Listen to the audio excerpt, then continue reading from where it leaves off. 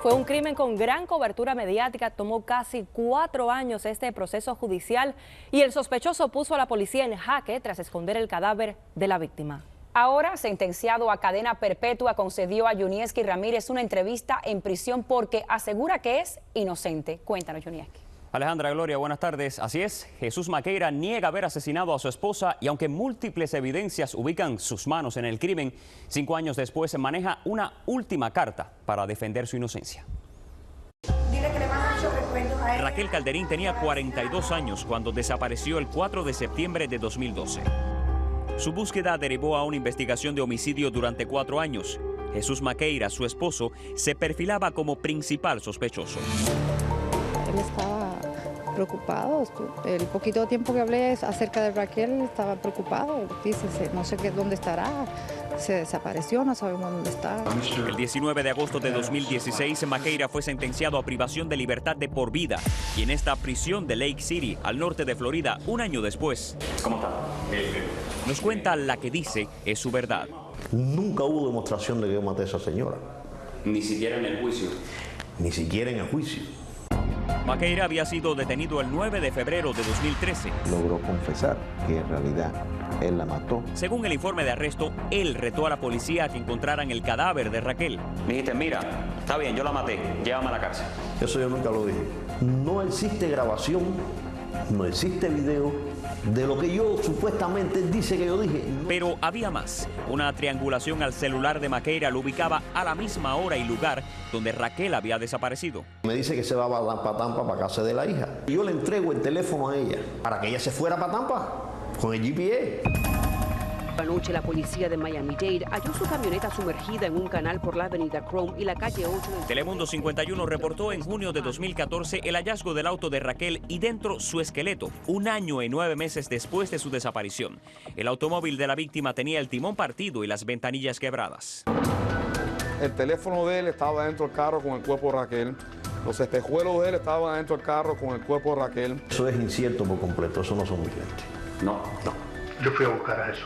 Ok, ¿a dónde lo buscó?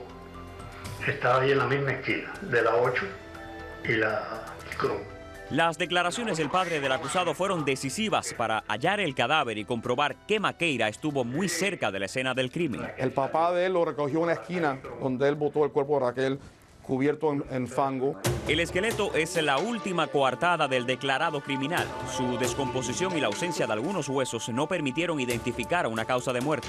La fiscal sacó un plover que ella tenía puesto, todo rajado de arriba hacia abajo, diciendo que eso eran puñaladas.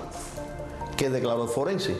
Yo presenté el plover arriba del esqueleto y no hay ni una sola marca en el esqueleto de puñalada. Yo no sé de qué murió la víctima. Entonces, según tú, ¿quién hubiera estado interesado en matar a Raquel, una mujer de 42 años? Yo no creo que alguien la haya matado. Maqueira refuta cada prueba en su contra e insiste en que la Fiscalía y la Justicia conspiraron para sentenciarlo. En nuestro noticiero de las 6 de la tarde veremos qué más dice la policía y sobre el caso hablamos en exclusiva con un testigo que fue esencial para esclarecer la muerte de Raquel Calderín. Continuamos. Hace casi 5 años, Jesús Maqueira fue acusado de matar a su esposa y esconder el cuerpo en un canal. Nunca antes había dado una entrevista hasta que Yunieski Ramírez lo logró y hablaron en la cárcel. Y no solo eso, Yunieski también conversó con una testigo clave del caso para este reporte especial Sin Cuerpo. No hay crimen. Todo eso que se ha hablado, todo eso que ha salido en la prensa, es que nada de eso se discutió en el juicio. Jesús Maqueira afirma que fue víctima de un juicio irregular. Ahí está la declaración del forense. ¿Qué dice la declaración del forense? Él no sabe de qué murió la víctima. Reclama que fue condenado injustamente a cadena perpetua por la muerte de su esposa Raquel Calderín, cuyo cadáver fue encontrado en un canal de Miami-Dade casi 2 años después de su desaparición. Es la primera vez que yo tengo la oportunidad de contar la verdad mía. él controlaba a Raquel, él controlaba a los 3 hijos de él, él controlaba a sus padres. Detectives de la policía condal alegan un historial de abusos. Calderín se había ido de la casa 3 meses antes de su muerte. Registros de la corte indican que Raquel Calderín había puesto varias órdenes de restricción contra Maqueira, la primera en 1996. Él estaba stalking her, le estaba siguiéndola, violando una orden de la corte que no podía tener contacto con ella. Maqueira niega, sin embargo, haber abusado de Raquel. La última vez me dijo, si a mí me pasa algo, vayan a buscar a Maqueira. Según esta amiga muy cercana, había un violento pasado en la pareja. Porque desde Cuba venía la entrada de golpe. Siempre le daba una entrada de golpe, le tiraba el teléfono por la cabeza. Ella inclusive me dijo a mí un día que él amenazaba mucho con los niños. ¿Por qué tú crees que Maqueira mató a Raquel Calderín? Él tenía una obsesión con ella. Inclusive él llegaba a decir a veces que el día que ella lo dejara a él, ella no podía estar, ni si no estaba con él, no estaba con nadie. Pero yo estoy casi segura de que él se le metió en el carro, él esperó que ella saliera, él se le metió en el carro y ahí la mató y la tiró donde quiera, en un canal en lo de Berkeley. Él le dijo a muchas personas que él nunca iba a perder la casa y nunca iba a perder los hijos. Acabó con la vida de sus hijos. Ellos cuando supieron la verdad de todo lo que el daño que él les hizo a ellos no quieren saber del padre. 3 niños, perdieron a su mamá y perdieron a su papá en un final. Yo lo que pienso es que ella tuvo un accidente y ahí ella murió. Maqueira es inamovible en su alegato inocente. Dice que apelará su caso a cualquier precio. Vender la casa y de ahí coger dinero y poder poner un buen abogado. Por su conciencia, que admita lo que hizo, porque lo que hizo no tiene perdón. Abogados que entrevistaremos esta noche estiman que Jesús Maqueira fue condenado porque el cuerpo de la víctima apareció antes del juicio. Pero lamentablemente en muchos casos similares no ocurre lo mismo y los asesinos quedan libres. ¿Falla la ley? ¿Falla a la policía? Nos vemos a las 11 con esta pregunta. Sin cuerpo no hay crimen. Continuamos. Bueno, hablemos ahora del caso de un cubano condenado a cadena perpetua por la muerte de su esposa, que pensó que nunca iban a descubrir el cadáver. Pero, ¿qué ocurre en los casos en que el cadáver nunca aparece? ¿Para ellos no hay justicia? Esa pregunta la responde Yunieski Ramírez en su reporte especial. ¿Sin cuerpo no hay crimen, Yunieski?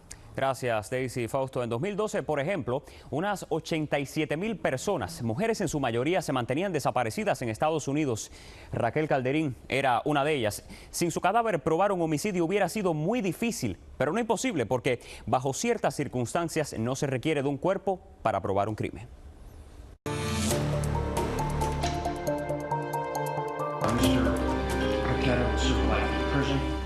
El juez repartió en la corte, repartió una planilla con 3 causas de muerte: suicidio, homicidio o asesinato en primer grado. Jesús Maqueira fue condenado a cadena perpetua en agosto de 2016 por asesinar a su mujer de 42 años y esconder su cadáver en un canal en el condado Miami-Dade. Aunque los restos de la víctima fueron encontrados antes del juicio, el caso llegó a corte como uno de los llamados crímenes sin cuerpo. Es muy difícil probar estos casos y a veces las investigaciones tardan años, mientras consigues la evidencia suficiente sobre un sospechoso para establecer causa probable y la duda razonable de que la persona está muerta. Es bien difícil para la fiscalía probar un asesinato sin un cadáver. Abogados coinciden en la importancia de las llamadas evidencias circunstanciales. Un acoso, una persona celosa que siempre ha celado a esa persona. Gente que testifican que el acusado fue una persona violenta, que él tuvo una historia violenta con la víctima, récords del celular poniendo el acusado en el último lugar a donde se vio el muerto. Lleva 3 años y 4 meses. Por su complejidad, rara vez una desaparición logra trascender como crimen en una corte. Desde 1960, solo 501 casos han llegado a juicio en Estados Unidos. California es el primer estado con más expedientes, Florida el segundo. Aquí han desarrollado 37 juicios en 15 condados. Miami-Dade ha sancionado 9 casos, Broward 6. El asesinato y desaparición de Vilette Torres por su esposo es el más reciente. Normalmente después de 48 horas del asesinato, la mayoría de los casos de asesinato no se resuelven, porque mucha de la evidencia científica se pierde. ¿Pudiéramos decir que es decisivo el tratamiento emocional de este tipo de casos para motivar la decisión del jurado? Yo creo que combinado con las evidencias o la falta de evidencia, eso Eso juega una parte en la decisión del jurado, siempre. El 53% de los homicidios sin cuerpo son el desenlace de violencia doméstica, 58% de las víctimas son mujeres, 91% de los acusados, hombres. Pero la mayoría de las desapariciones quedan en el misterio, como la de Liliana Moreno y su hija de 9 años, Daniela. Fueron vistas por última vez en Doral el 31 de mayo de 2016 y hasta hoy su paradero es desconocido. La gente que está en peligro tiene que compartir con la gente que está pasando y claro, no tiene miedo de venir a la policía. En la era de las cámaras de vigilancia y de la telefonía celular, el homicidio premeditado entre familiares y amigos se ha convertido en un delito difícil de ocultar. Sin embargo, autoridades recomiendan atender a las señales preventivas de hostilidad y violencia y buscar ayuda antes de que sea tarde. Continuamos.